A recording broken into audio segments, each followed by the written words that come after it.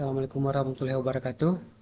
Perkenalkan, nama saya Aswad dengan NIM D0224-020. Jadi saya akan melanjutkan presentasi untuk bab 4 dan bab 5 dengan judul laporan saya yaitu analisis jaringan sosial, studi struktur, interaksi dan pola cyberbullying pada komentar TikTok. Langsung saja kita menuju ke bab 4 yaitu hasil dan pembahasan. Di bab 4 pada bagian A, analisis topologi dan struktur jaringan. Berdasarkan hasil pemrosesan data jaringan yang tersimpan dalam file hasil_2.csv, jadi ini adalah filenya, dan juga representasi visual GP, tercatat bahwa struktur jaringan sosial komentar TikTok ini terbangun dari total 455 node atau aktor dan 464 edge interaksi. Jadi ini adalah gambar pemetaan struktur jaringan dan deteksi komunitas menggunakan modularity class pada komentar TikTok di aplikasi GP. Nah, kemudian pada bagian B, analisis sentralitas aktor atau centrality matrix. Evaluasi terhadap matriks centrality membuktikan dominasi struktural dari segelintir akun. Distribusi kekuatan dalam jaringan ini sangat timpang, di mana mayoritas node hanya memiliki nilai out degree sebesar 1, yaitu artinya dia hanya memberikan satu kali komentar tanpa pernah menerima balasan. Sebaliknya, nilai in degree terpusat pada absolut pada 5 aktor utama atau akun kreator, berdasarkan ekstraksi urutan aktor paling populer dan sentral atau highest degree. Yang pertama ada dari akun erwin.daud80 dengan total degree sebesar 96. Artinya dia menerima 96 interaksi masuk. Kemudian kedua akunnya user 586173115873 dengan total degree sebesar 95. Yang ketiga akunnya tiktok.com rahma79 dengan total degree sebesar 92. Akun postmedia.id dengan total degree sebesar 88. Akun video dengan total degree sebesar 8. Karena bentuk topologinya adalah jaringan graf bintang tunggal yang tidak terhubung antar cluster, maka tidak terdapat satupun alur komunikasi yang transitif. Kemudian pada bagian C, analisis modularity class dan pemetaan pola cyberbullying. Nah, algoritma modularity di GP berhasil mengidentifikasi dan membagi jaringan ke dalam 5 kelas utama, terdiri dari kelas 0 hingga 4, yang kebetulan terpusat persis pada 5 hub terbesar. Tahapan analisis paling esensial dalam penelitian ini adalah menyandingkan klasifikasi komunitas tersebut dengan kategori sentimen komentar yang terdiri dari 0, 1, 2 dari edge list. Hasil tabulasi silang menunjukkan pola penyebaran toksisitas yang sangat asimetris antar kelompok. Jadi berikut adalah tabel yang menampilkan modularity class, akun pusat atau target, total interaksi, kategori 0 untuk netral, 1 untuk bully implisit, dan 2 untuk bully explicit. Ini dia tabelnya. Dan untuk interpretasi data, pola persebaran cyberbullying dalam jaringan ini dia membuktikan bahwa perilaku perundungan tidak terjadi secara acak random, melainkan sangat ditentukan oleh siapa entitas pusat atau akun target yang berada di tengah komunitas tersebut. Kemudian ada 3 pernyataan. Yang pertama, pusat agresi implisit atau sarkasme tinggi. Komunitas kelas 0 yang berpusat pada akun postmedia.id merupakan lingkungan digital yang paling rentan terhadap agresi terselubung. Dari 92 interaksi yang ditariknya, sebanyak 28 interaksi atau 30% merupakan bully implisit.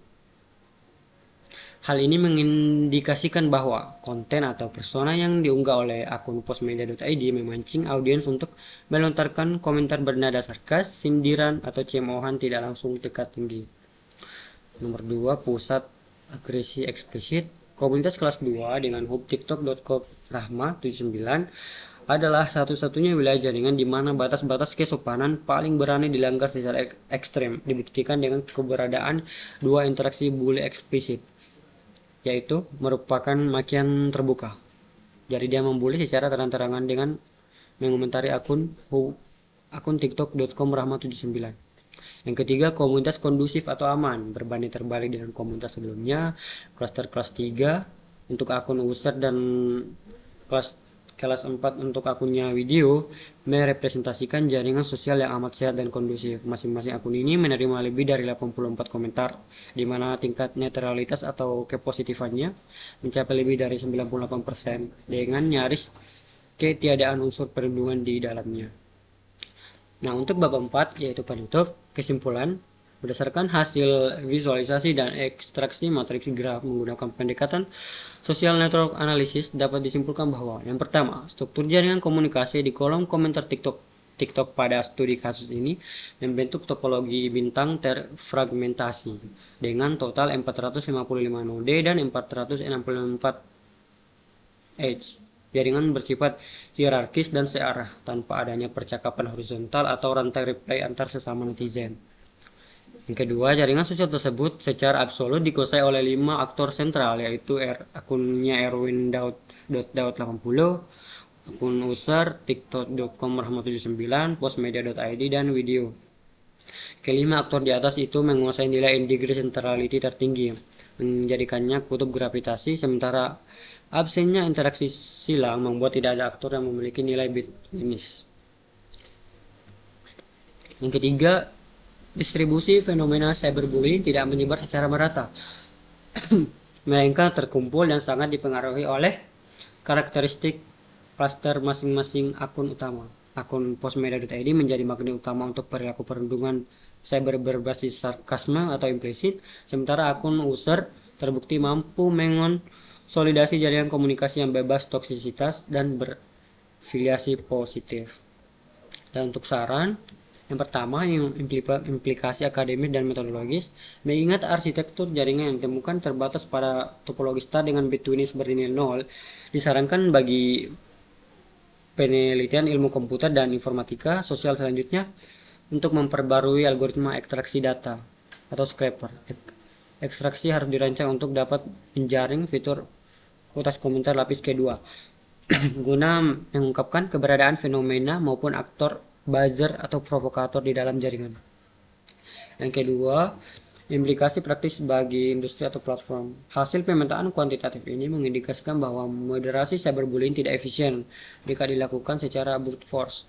Pada setiap komentar individual, platform dapat mengoptimalkan kecerdasan buatan atau AI dengan memprioritaskan pemantauan ketat langsung kepada klaster-klaster dengan metrik kerentanan modularitas tinggi seperti klaster pada akun postmedia.id dalam kasus ini untuk memitigasi dampak penyebaran perundungan digital yang lebih luas. Kemudian untuk lampiran, pada bagian A, cuplikan data interaksi atau edge list. Berikut adalah contoh sebagian data hubungan siapa mengomentari siapa beserta kategori perundungannya. Nah, di sini saya menampilkan 9 baris representatif dari total 464 baris interaksi komentar. Saya akan bacakan beberapa. Yang pertama, untuk akun Apon 80, dia mengomentari akun postmedia.id dan termasuk kategori 0. Berarti dia tidak melakukan pembulian alias dia netral. Nah, yang kedua, akunnya Nia Zarel, dia juga mengomentari akun postmedia.id. Dia termasuk dalam kategori 1. Berarti dia melakukan pembulian secara sarkas. Tidak langsung, tapi dia mengarah ke bully. Nah, selanjutnya ada akun Zainul 9. Dia mengomentari akunnya tiktok.com/rahma79. Dia termasuk kategori 2. Ini termasuk bully eksplisit, bully secara terang-terangan atau makian secara terbuka. Dia jelas-jelas melakukan pembulian dan melanggar kesopanan.